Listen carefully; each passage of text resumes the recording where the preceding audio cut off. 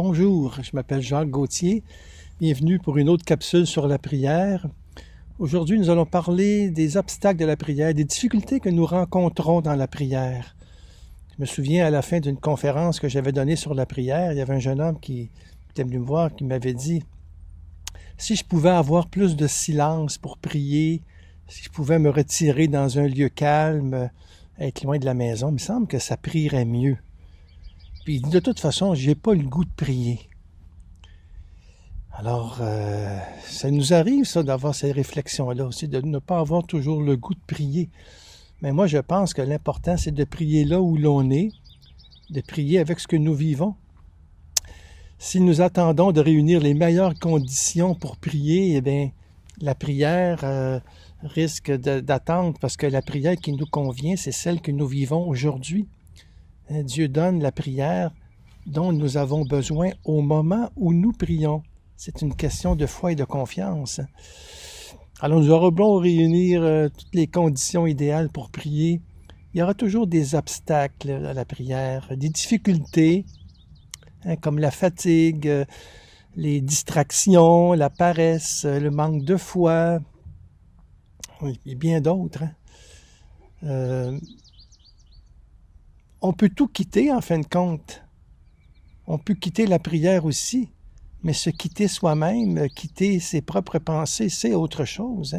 Moi, je pense que l'important, c'est de continuer à prier en le regardant, lui, le Christ, qui est là, présent. Le regarder, lui, sans trop se regarder soi-même. C'est toujours un acte de foi en conversant avec lui comme un ami. La prière, elle est union à Dieu. Et que ce soit dans le bruit comme dans le silence. L'objectif de la prière, c'est pas nécessairement le silence, c'est pas de faire le vide, c'est pas de se recueillir, c'est pas d'être bien. Non, l'objectif de la prière, c'est de nous unir à Dieu, là où nous sommes, au moment que nous vivons.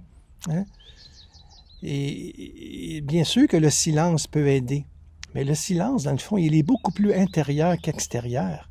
Le vrai silence qui nous conduit à la prière du cœur, elle est communion au mystère de Dieu. Et ça peut se vivre dans le métro, comme dans un monastère.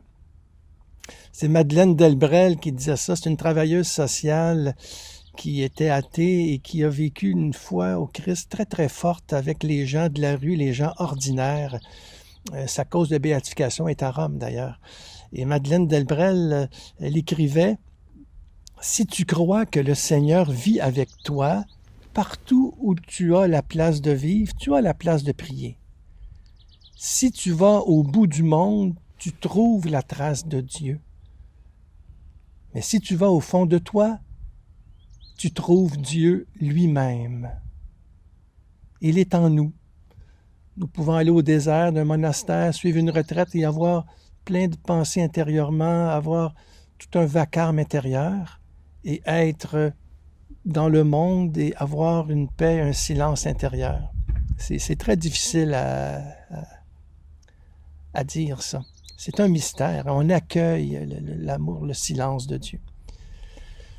Alors moi, je me dis souvent que si on n'a pas le goût de prier, si on n'a pas envie de prier, si on a même dégoûté, si nous sommes dégoûtés de la prière, si on est déçu, si on en aura le bol, si on s'ennuie, si on éprouve même de la tristesse dans le silence, eh bien, la vraie prière commence. Cette prière qui ne vient pas de nous, mais qui vient de l'Esprit. Celle que nous ne savons pas faire. Celle qui nous ennuie, celle que nous oublions. Nous ne pensons même pas que nous prions quand on prie ainsi. Et pourtant, nous prions vraiment. L'important, c'est l'acte de prier. Et même si on pense que nous ne prions pas, nous prions quand même. Il faut toujours faire attention des pensées. Dieu est au-delà de ce qu'on peut penser. Moi, je pense qu'ici, Marie peut nous aider. Elle qui a vécu la grande aventure de la foi sans tout comprendre. Elle méditait dans son cœur les Écritures, Marie. Et elle a cru au-delà de tout goût et de tout sentiment, jusqu'à la croix. Et elle a vécu en présence de Dieu, dans un dialogue constant avec la prière, avec la parole. Son Magnificat qui est un bel exemple de cet exercice de méditation qu'elle entretenait avec la parole de Dieu. Une méditation qui était prière, contemplation. Et c'est pour ça que dans la prière, c'est très important, les actes de foi que nous pouvons faire, les actes d'espérance et d'amour, ont un goût particulier. Quand on n'a pas le goût de prier, y compris quand même, nous témoignons de l'importance de Dieu dans notre vie. Et quand nous vivons des difficultés dans la prière, nous avons l'impression de tourner en rond, qu'on n'avance pas, eh bien, c'est là qu'on fait beaucoup d'actes de foi. Hein? Seigneur, tu es là présent en moi et je t'aime, je t'adore, même si je ne ressens rien. C'est fort ces actes-là. Ces actes-là de foi, d'espérance et d'amour nous font entrer dans une fréquentation toujours plus intime avec celui que notre cœur cherche. Donc, il y a une certaine saveur à chercher Dieu, à le prier dans l'instant présent. Il y a une saveur quand même à cultiver la relation avec Dieu. Ce Dieu qui s'est fait visage dans le Christ. Jésus dit « Qui me voit, voit le Père ». Donc, quand on fixe les yeux sur Jésus, nous prions. Quand nous fréquentons les Écritures, les Évangiles, nous méditons la parole, eh bien, nous prions.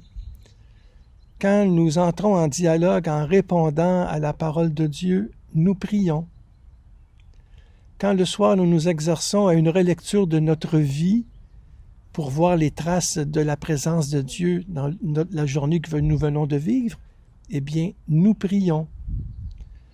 Et même si nous ne goûtons pas la parole, même si nous n'avons pas envie de prier, même si nous n'avons rien à dire au Seigneur, eh bien, notre corps prie, lui.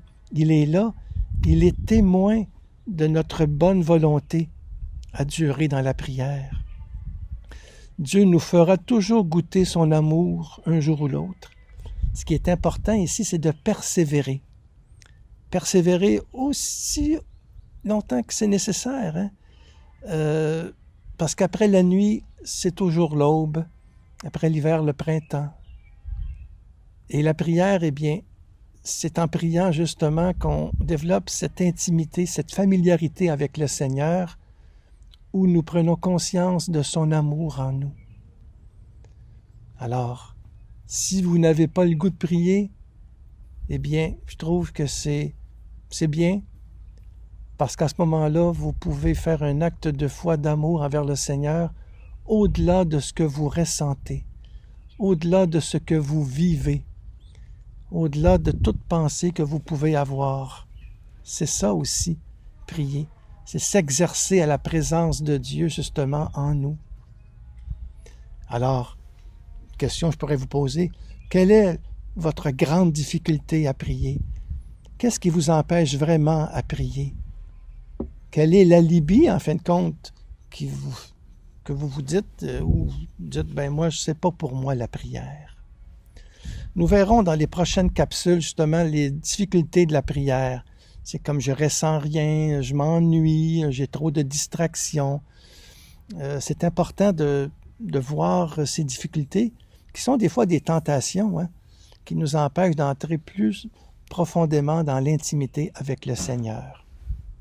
Alors, si vous voulez en savoir plus, vous avez toujours mon blog, vous avez aussi mon site web, jacquesgauthier.com. Et aussi, vous pouvez vous abonner à cette chaîne YouTube où je développe des moyens pour prier. Nous étions ici à la 7e capsule, je pense, de la prière. Et donc, vous pouvez visionner les vidéos avant. Alors, courage et à la prochaine.